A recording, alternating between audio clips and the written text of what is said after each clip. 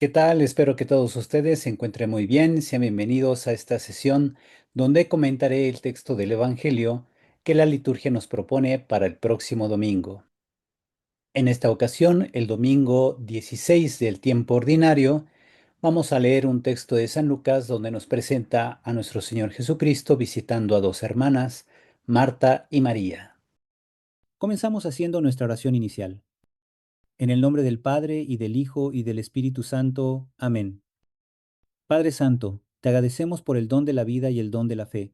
Hoy que nos reunimos en tu nombre para profundizar la Sagrada Escritura, te pedimos que nos envíes el don del Espíritu Santo, con el fin de que nos ayude a comprender el sentido salvífico del texto evangélico que estamos por estudiar, y lo hagamos vida. Te lo pedimos por Jesucristo nuestro Señor. Amén. Santa María, sede de la sabiduría y reina de la paz, ruega por nosotros. Amén. Texto del Evangelio. Del Santo Evangelio según San Lucas.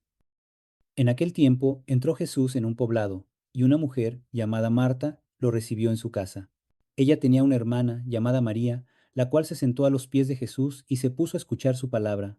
Marta, entre tanto, se afanaba en diversos quehaceres, hasta que, acercándose a Jesús, le dijo: Señor, ¿no te has dado cuenta de que mi hermana me ha dejado sola con todo el quehacer? Dile que me ayude. El Señor le respondió: Marta, Marta, muchas cosas te preocupan y te inquietan, siendo así que una sola es necesaria. María escogió la mejor parte y nadie se la quitará. Palabra del Señor. Gloria a ti, Señor Jesús. Si les gusta este tipo de contenido, denle like al video, suscríbanse al canal y activen la campanita de notificaciones para que YouTube les mande un aviso cada vez que yo suba un nuevo comentario a la palabra de Dios. Y ahora sí, vamos a continuar. Con esto procedo a comentar algunos matices al texto griego, idioma en que originalmente San Lucas escribió su Evangelio. Hablemos en primer lugar de los versículos 39 y 40. En el versículo 39 se dice que María se puso a los pies de Jesús para escuchar su palabra. El verbo parakatizo aparece en participio presente femenino, en caso nominativo, reflejando el estado en que estaba continuamente María, sentada a los pies del Señor en actitud de discípula, para escuchar su palabra, es decir, su predicación. En el versículo 40 tenemos el verbo perispaumai, que es un hapax legomenon, es decir, que aparece una sola vez en todo el Nuevo Testamento, empleado en imperfecto perispato con sentido de duración. El verbo posee un doble valor. Por un lado significa estar completamente ocupado o estar fuertemente sobrecargado. Por otro lado significa también estar distraído. Todo parece indicar que Lucas juega con esa ambivalencia, creando un efecto polisémico.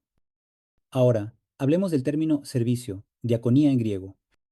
Aunque algunos interpretarían este término como ministerio, más bien se trata de un servicio a la mesa. Introducir un campo semántico vinculado a un ministerio litúrgico o pastoral obligaría a una lectura alegórica del episodio.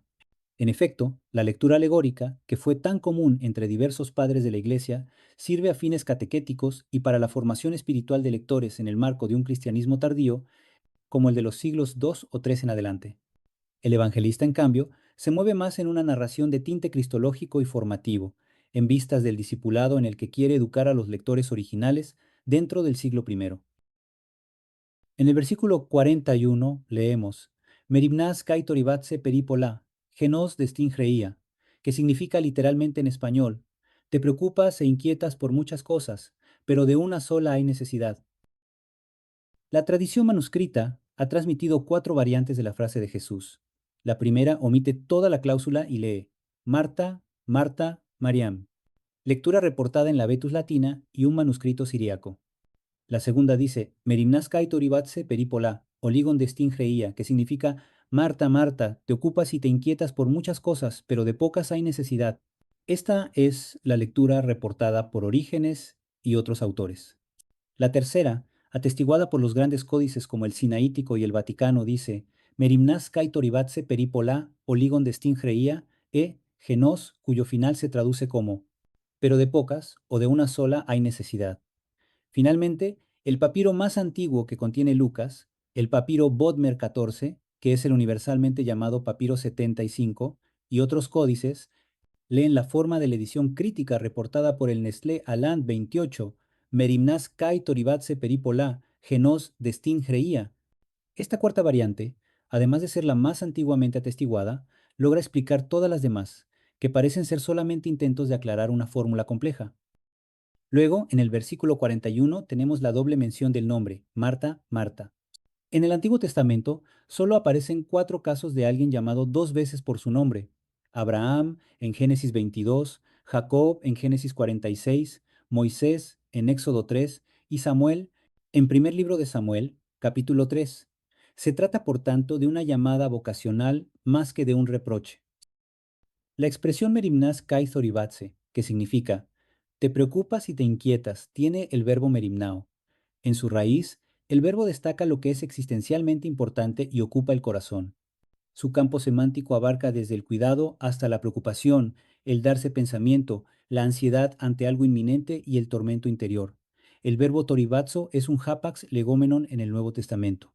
Evoca la confusión, el tumulto, la agitación y en voz pasiva refleja un estado de inquietud o zozobra. Ambos verbos funcionan aquí como una endíadis, es decir, una figura retórica que consiste en la expresión de un único concepto a través de dos términos que están coordinados. En el versículo 42, el texto griego dice, María ha elegido la parte buena, ten agaten merida. La Vulgata y algunos manuscritos de la Vetus Latina traducen optimam, que subraya la excelsa bondad, pero no introduce la comparación que implica la traducción, la mejor parte, que aparece en nuestro leccionario. Y ahora les comparto mi comentario. Mientras Jesús prosigue su itinerario acompañado de los discípulos, la recepción que le hace un par de hermanas activa una célebre controversia entre ambas. Marta, quien es una discípula de Jesús, lo recibe en su casa. Quizás se trate de una discípula ocasional. En un segundo momento aparece María, presentada como la hermana de Marta. María se sienta a los pies del huésped en postura de discípulo.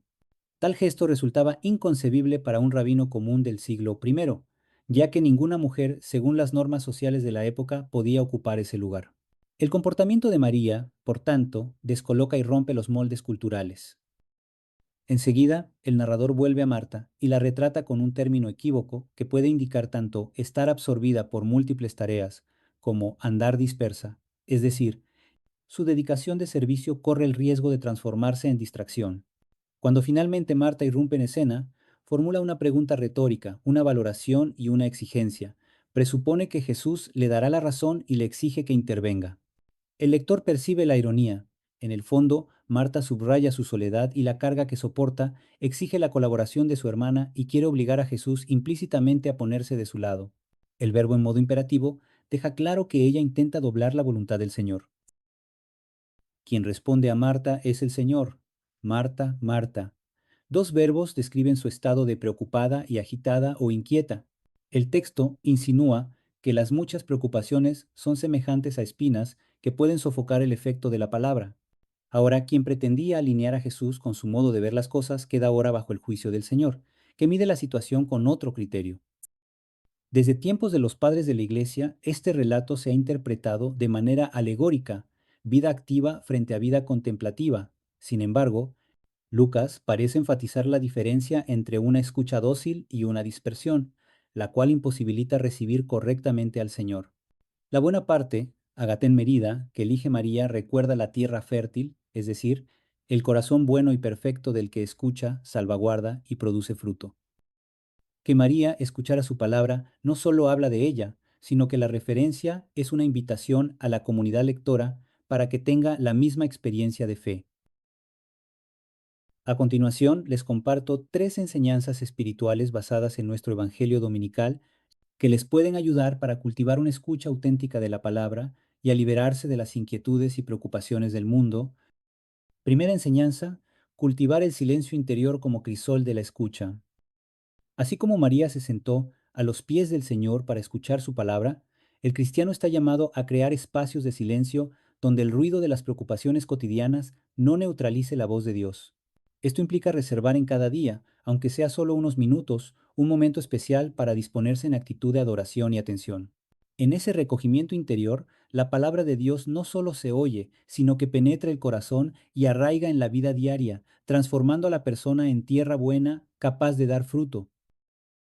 Segunda enseñanza, priorizar la parte buena por encima del frenesí del servicio. Marta se vio absorbida por muchas cosas hasta el punto de preocuparse e inquietarse, mientras María escogió la parte buena. Este contraste nos enseña que el apostolado y la caridad práctica, tan importantes, no deben jamás desbordar el fundamento del discipulado, que consiste en la escucha humilde y obediente de la palabra. Cuando nuestras actividades de servicio se convierten en mera ocupación o en una fuente de ansiedad, corremos el riesgo de descuidar el encuentro con Cristo vivo. Por ello, conviene revisar nuestras agendas, asignar primero un tiempo fijo para la meditación bíblica y, desde ese centro interior, dejar fluir el compromiso pastoral con paz y generosidad. Tercera enseñanza, vivir la palabra en comunidad como cauce de fecundidad. María no escuchó a solas al Señor, sino en el contexto de una comunidad de discípulos. La Iglesia, Madre y Maestra, ofrece, a través de la liturgia, la predicación y el diálogo fraterno, múltiple alimento para la fe. Participar regularmente en la Eucaristía, en los grupos de estudio bíblico o en encuentros de oración comunitaria fortalece nuestra capacidad de atención a la palabra, pues no somos oyentes aislados, sino miembros de un solo cuerpo. Así, la palabra resuena con más fuerza y multiplica sus frutos cuando la acogemos juntos, compartimos nuestras preguntas y nos apoyamos mutuamente en la conversión diaria. Oración final. Padre Dios, sé propicio con tus siervos y multiplica sobre ellos los dones de tu gracia, para que, fervorosos en la fe, la esperanza y la caridad, perseveren siempre fieles en el cumplimiento de tus mandatos. Por nuestro Señor Jesucristo, tu Hijo, que vive y reina contigo en la unidad del Espíritu Santo, y es Dios por los siglos de los siglos. Amén. Y así hemos concluido con el comentario al texto del Evangelio que la liturgia nos propone para este domingo 16 del tiempo ordinario.